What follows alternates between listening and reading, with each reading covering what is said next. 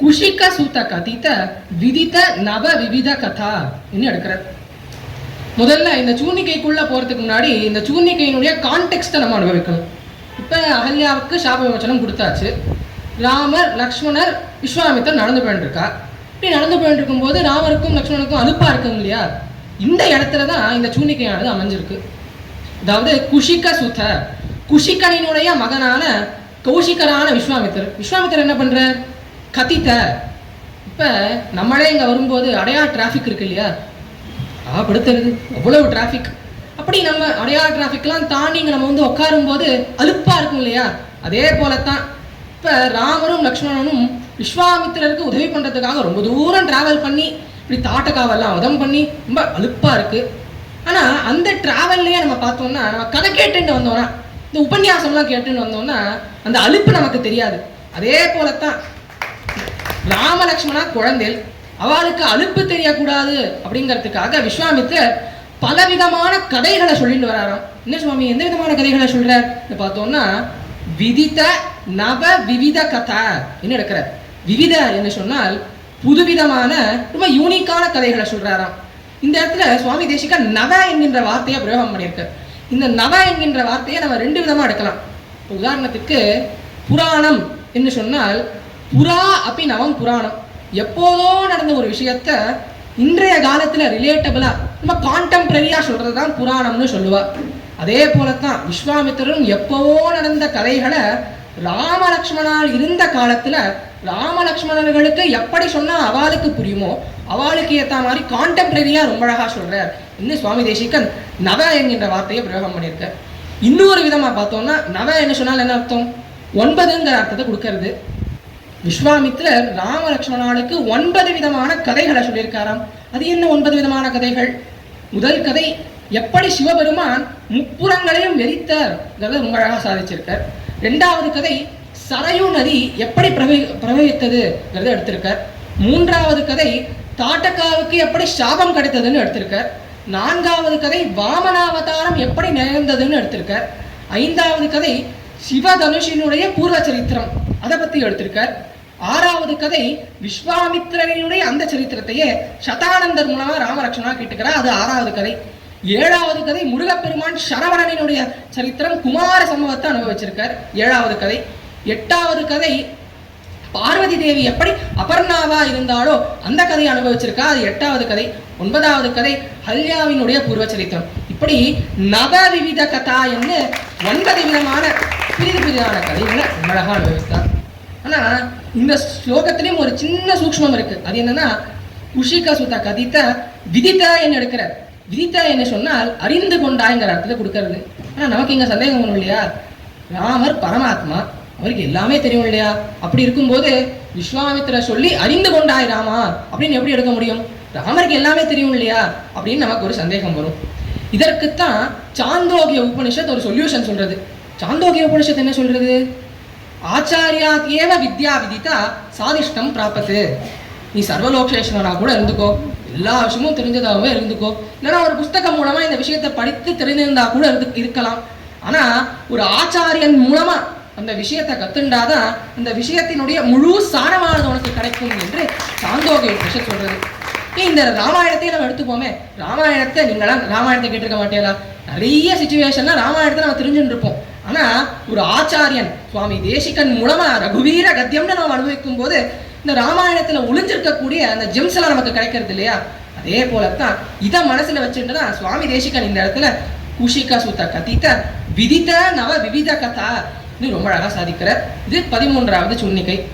இப்படி ராமரும் லக்ஷ்மணனும் விஸ்வாமித்திரோட போயிட்டு மிதிலா பிரவேசம் ஆயிடுத்து. அப்ப மிதிலையில இருக்கக்கூடிய பெண்கள்னா ராமரை பார்க்கறாலும். இந்த சினாரியோல 14வது சூர்ணிகை எடுக்கிறார். மைத்தில நகர சுலோச்சனா லோச்சன சகோர சந்திரா எடுக்கிறார். மைத்தில நகர மிதிலா தேசத்துக்குள்ள பிரவேசம் பண்றார். அப்ப சுலோச்சனா ரொம்ப அழகான கண்கள் படைத்த அந்த பெண்கள், லோச்சன சகோர சந்திரா, அந்த பெண்களினுடைய கண்கள் எப்படி இருக்குன்னா சகோர சந்திர, சகோர பறவை போல இருக்கு. அந்த சகோர பறவை இடத்திலே ராமா நீ ராமச்சந்திரன் இல்லையா, அதனால அந்த சக்கோர பறவை இடத்துல நீ சந்திரனாக வீட்டிருக்காய் சுவாமி தேசிகன் எடுக்கிறார். சுவாமி ஒண்ணுமே புரியலையே, பெண்களோட கண்ணு சக்கோர பறவைங்கிறார், அதில் சந்திரனா ராமர் இருக்காருன்னு சொல்றாரு. ஒன்றுமே கனெக்ட் ஆகலையே பார்த்தோம்னா முதல்ல நம்ம சக்கோர பறவைனா என்னென்னு தெரிஞ்சுக்கணும். பொதுவாக மற்ற பறவைகள்லாம் என்ன உணவு சாப்பிடும், என்ன டயட் எடுத்துக்கும், தானியங்கள் புழு பூச்சின்னு சாப்பிட்டுன்னு இருக்கும். ஆனால் இந்த சக்கோர பறவை எதை சாப்பிடும்னா வெறும் சந்திரனினுடைய அந்த ரேஸ், சந்திரனினுடைய கிரணங்களை மட்டும்தான் சாப்பிடும். ஜடக்கிரணன்னு நம்ம முன்னாடியே அனுபவிச்சோம் இல்லையா, அதே போல் இந்த சந்திரனினுடைய ரேஸை மட்டும்தான் இந்த பறவையானது சாப்பிடும். அப்படி இருக்கும்போது இந்த பெண்கள், இந்த மித்திர தேசத்தில் இருக்கக்கூடிய பெண்கள்னா சக்கோர பறவையை அழுறா. ராமன் யாரு? ராமச்சந்திரன் இல்லையா? ராமன் அன்னைக்கு பிரவேசிக்கும் போது அமாவாசை, சந்திரன் இல்லை. சக்கோர பறவை எதை சாப்பிடும்? சந்திரனைத்தான் சாப்பிடும். அதனால இந்த பறவைகள் எல்லாம் ராமச்சந்திரனான ஒன்னே பார்த்துட்டு இருக்கா. இந்த சுவாமி தேசிகன் ரொம்ப அழகா இந்த 14வது சூழ்நிலை எடுக்கிறார். நமக்கு ஒரு சந்தேகம் வரும் இல்லையா இந்த இடத்துல, என்ன சுவாமி இது வால்மீகி ராமாயணத்துல நம்ம கேட்ட மாதிரியே இல்லையே, சுவாமி தேசிகன் எங்கிருந்து எடுக்கிற நமக்கு சந்தேகம் வரும் இல்லையா. இது வால்மீகி ராமாயணத்துல இல்லை, ஆனா கம்ப ராமாயணத்துல கம்பர் எடுக்கிற தோள் கண்டார் தோழைய கண்டார், தொடுகடல் கமலம் என்ன தாழ் கண்டார் தாழே கண்டார்னு எடுக்கிறார். ஏன்னா தோளை பார்த்தவா தோழையே பார்த்துட்டு இருக்கா. ஏன் பார்த்துட்டு இருக்கா? ஏன்னா தோளானது சந்திரன், கண்கள் சக்கோர பறவை, சக்கோர பறவை சந்திரனையே பார்க்கும். அதனால இந்த பெண்கள்லாம் ராமா ஒன்னையே பார்க்கிறான்னு 14வது சூழ்நிலையில எடுக்கிறார். மேலும் 15வது சூழ்நிலை இந்த இடத்துல கண்ட பரசு கோதண்ட பிரகாண்ட கண்டன சவுண்ட புஜதண்டா இன்னும் எடுக்கிறார். இதனுடைய சினாரியோ என்னன்னு பார்த்தோம்னா, இப்ப ராமர் ஜனகருடைய சபைக்கு போயிட்டார். இந்த இடத்துல நம்மளே நிறைய மிஸ்கான்செப்ஷன் இருக்கும். இந்த இடத்துல நம்மளே நினச்சுட்டு இருப்போம், ஜனகர் ஒரு பெரிய சுயம்பரம் நடத்தினார்.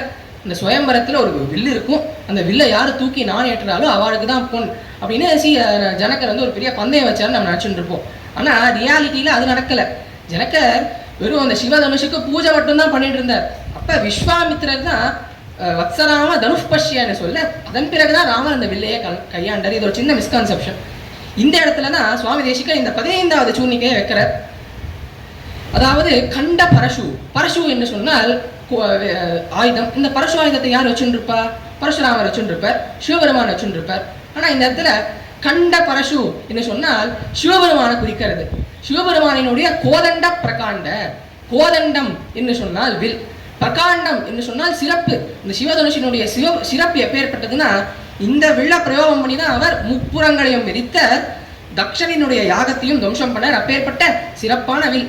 இந்த வில்ல தூக்கிண்டு வரணும்னா 60,000 பேர் தேவை, ஒரு வாகனத்தில் வச்சு தள்ளிண்டு வர்றதுக்கு 5,000 பேர் தேவை. அப்பேற்பட்ட சிறப்பான வில். அப்பேற்பட்ட அந்த வில்லை கண்டன உடைக்கக்கூடிய சவுண்ட புததண்டா, வலிமை கொண்ட தோள்களை கொண்டவனே எடுக்கிறார். நமக்கு எங்க ஒரு சந்தேகம் வரும், அது என்னது? சுவாமி அவர் தான் ராமர் தான் வில்லை உடைச்சிட்டாரே, அப்படி இருக்கும்போது வில்லை உடைக்கக்கூடிய வலிமை கொண்டவனேன்னு சொல்லணுமா, இல்ல வில்லை உடைத்தவனேன்னு சொல்லணுமா?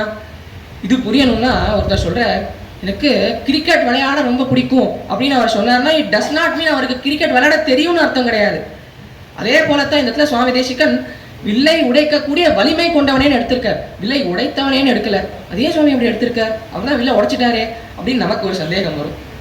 இதை நம்ம புரிஞ்சுக்கணும்னா, ராமர் எப்படி அந்த வில்லுக்கு நாணேற்றினார், எப்படி அந்த வில்லை முறித்தார், அந்த சினாரியாவை நம்ம கொஞ்சம் அப்படியே டைம் டிராவல் பண்ணி நம்மளுடைய மனசுல நம்ம அனுபவிச்சு பார்க்கணும்.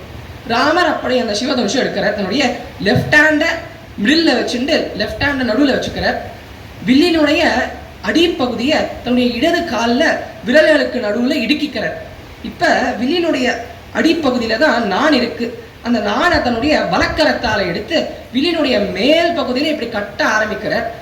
அப்ப வில்லினுடைய மேல் பகுதியானது யோசிக்கிறதான், வில்லினுடைய அடிப்பகுதிக்கு ராமரினுடைய திருவடி ஸ்பர்ஷம் கிடைச்சிடுத்து, நமக்கு அந்த பாக்கியம் நமக்கு கிடைக்கலையே அப்படின்னு அந்த மேல் பகுதி பார்க்கறது. கொஞ்சம் கொஞ்சமா வளைந்து வளைந்து வளைந்து வளைந்து ராவணியினுடைய திருவடியை தொட்டவுடனே டபால்னு வில் முடிஞ்சுடுறது. இதைத்தான் சுவாமி தேசிகன் எடுக்கிற, வில்லை உடைக்கக்கூடிய வலிமை அவருக்கு உண்டு, ஆனா அவர் வில்லை உடைக்கல, வில்லு தானாவே முடிஞ்செடுத்து. இது ரொம்ப அழகா சுவாமி தேசிகன் 15வது சூர்ணிக்கையில எடுக்கிறார். மேலும் 16வது சூர்ணிக்கை சண்டகர கிரண மண்டல போதித்த புண்டரீகவன ருச்சி நுண்டாக லோச்சனா இன்னும் எடுக்கிறார். ரொம்ப காம்ப்ளெக்ஸான சூர்ணிக்கை. சண்டகர கிரண, சண்டகர என்று சொன்னால் ரொம்ப வெப்பமான கிரணங்களை கொண்ட சூரியனினுடைய கிரணங்களை குறிக்கிறது. மண்டல, இந்த சூரியனினுடைய கிரணங்களானது மண்டல என்று சொன்னால் பண்டில், பண்டில் பண்டிலா வர்றது. இங்க பண்டில் பண்டிலா வர்றதுன்னா புண்டரீக வனருச்சி நுண்டாக லோச்சனா. புண்டரீக வனம்னா தாமரை காடு. தாமரை காட்டின் மீது அந்த சூரியனுடைய கிரணங்கள் பட்டா என்ன ஆகும்? தாமரை பூவானது மலரும். அப்பேற்பட்ட அந்த அழகை வென்றெடுத்த லுண்டாக லோச்சனா, அந்த அழகை வென்றெடுக்கக்கூடிய அழகான கண்களை படைத்தவனே சுவாமி தேசிகன் எடுக்கிறார். இதை நம்ம அனுபவிக்கணும்னா நம்ம ஒரு 2 சிச்சுவேஷன் எடுத்துப்போமே. ஒரு சிச்சுவேஷத்துல ஒரு தட்டாகம் இருக்கு, பெரிய தட்டாகம், அதுல நிறைய தாமரை மொட்டுகள்லாம் இருக்கு. சூரியனுடைய கிரணங்கள் பட்ட உடனே தாமரை மொட்டுகளானது மலர்றது இல்லையா? இது ஒரு சிச்சுவேஷன், ஒரு தட்டாகம். இது ஒரு பக்கம் இருக்கட்டும். இன்னொரு பக்கம் பார்த்தோம்னா ராமரினுடைய அந்த திருமுகம் தான் தட்டாகம், ராமரினுடைய 2 கண்கள் தான் தாமரை மொட்டு.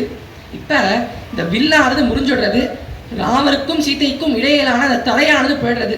ஏன்னா திருவில்லாத்தேவரை தேரேன் மின் தேவு, ஸ்ரீமன் நாராயணன் இல்லையா? ஸ்ரீ இல்லைன்னா நாராயணனுக்கு வேல்யூவே கிடையாது. அதனால இப்ப சீதா பிராட்டி கிடைக்க போறான்னு உடனே ராமருக்கு அப்பேற்பட்ட சந்தோஷம், ஆனந்தம். அப்படி அந்த ஆனந்தம் இருக்கிறதுனால ராமரினுடைய கண்கள் மொட்டு இல்லையா, இந்த மொட்டானது மலர்றது.